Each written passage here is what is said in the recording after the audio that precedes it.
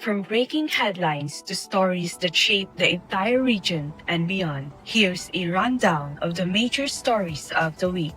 With the theme celebrating 88 years of resilient innovations for sustainable empowerment, Iloilo City marked its 88th Charter Day on August 25, 2025. The celebration honored men and women who embody the Ilonggos spirit of excellence, service, and compassion. It continued the tradition of recognizing outstanding Ilonggos from different fields, showing that the city's true strength lies in its people. As part of the celebration, the city government also brought services closer to the community. Free social, health, and livelihood programs were offered in Molo, Haro, and Arevalo districts. On the national front, issues over defective flood control projects remain in the spotlight. Through President Ferdinand Marcos Jr.'s new Sumbong sa Pangulo website, it was revealed that since 2022, over 160 flood control projects worth billions have been implemented in Iloilo. But questions on their legitimacy and transparency have fueled calls for a full investigation as flooding problems persist. On a lighter note, Calle Real, formerly known as J.M. Basa Street, is gearing up for huge crowds. Organizers expect around 15,000 Ilonggos and tourists to visit nightly for the Iloilo Night Market, a centerpiece of the Charter Day celebration from August 29 to 31.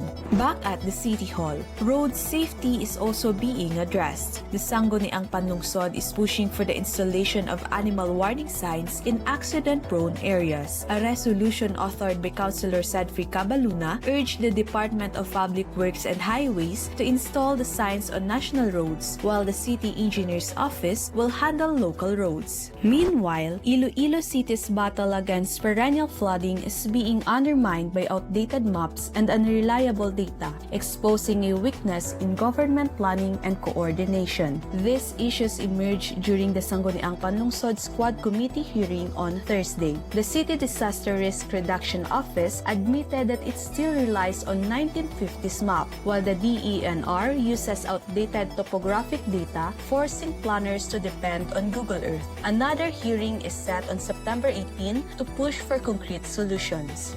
For health-related news, the Department of Health admitted that parental hesitation and unreturned consent forms are delaying its efforts to vaccinate over 185,000 learners across Western Visayas under the revived school-based immunization program. According to the DOH, some parents are afraid of the side effects following immunization, but they always assure them that vaccines are safe, effective, and free, and they are all approved by the Food and Drug Administration and even by the World Health Organization.